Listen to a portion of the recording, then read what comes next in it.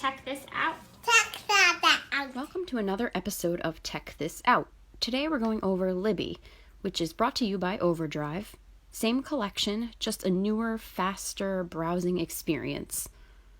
So if you're not fond of Overdrive or you find it clunky like I do, give Libby a try. I love it.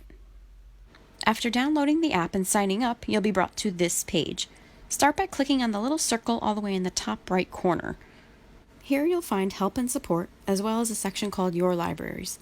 If you click on Add a Library, you'll be able to search for and sign in to another library that you may be a part of. If you go back and click on See Library Cards instead, you'll be able to see which library you're currently a part of, and the lending rules for that library. The most important thing on this screen, however, is probably the Manage Notifications section. If you click on that, you'll be able to choose which types of events you'd like to be notified about. For any of these events, you can choose either a notification, which will pop up on your smartphone or tablet, a menu badge, which you'll only see when you go into the Libby app, or choose Ignore to have Libby ignore the event. You probably don't need to be notified for all of these events, or else you'll be getting a lot of notifications. The most important one is probably the Hold Ready event, which will let you know when a title you've placed on hold is ready to borrow. This is important because you only have a few days to borrow it, or else the hold will lapse.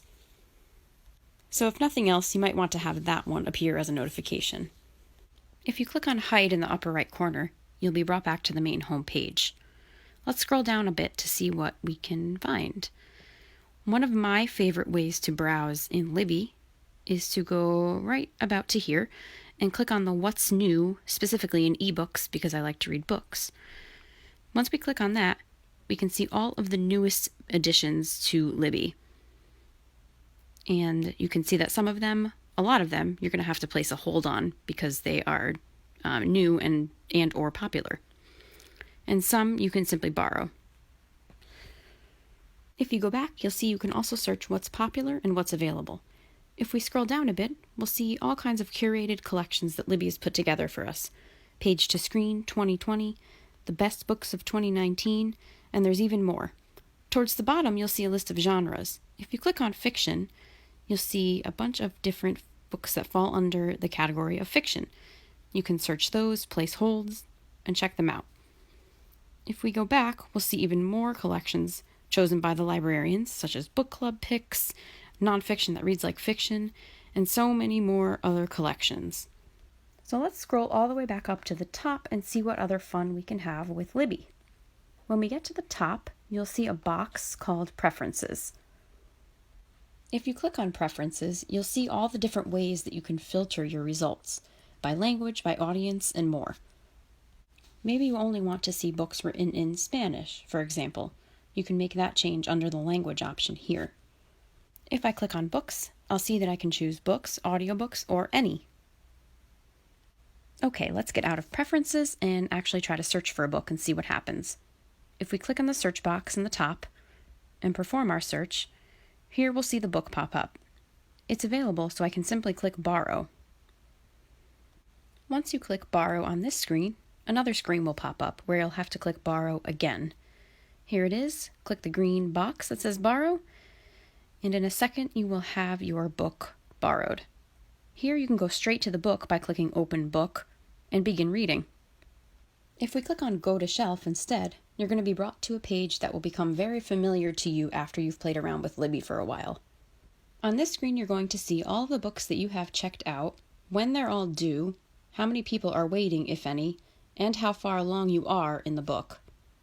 The book you're currently reading appears in the circle at the bottom of the screen for easy access. If you click on Holds underneath Loans, you'll see all of the books that you have on hold that you're waiting for.